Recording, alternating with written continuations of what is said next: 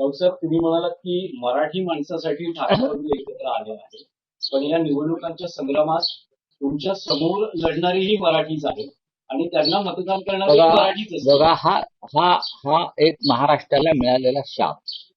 छत्रपती शिवाजी महाराजांच्या काळापासून मराठी माणसानंच स्वराज्याला विरोध केला.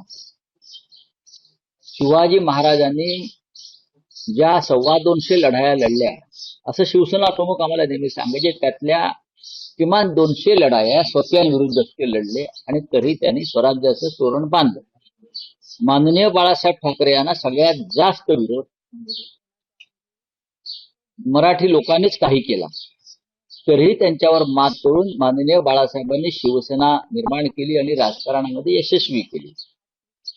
हे प्रत्येक राज्यामध्ये होत असतं. आपलेच लोक आपल्या विरुद्ध उभे राहतात, त्यांना स्वाभिमान नको आहे.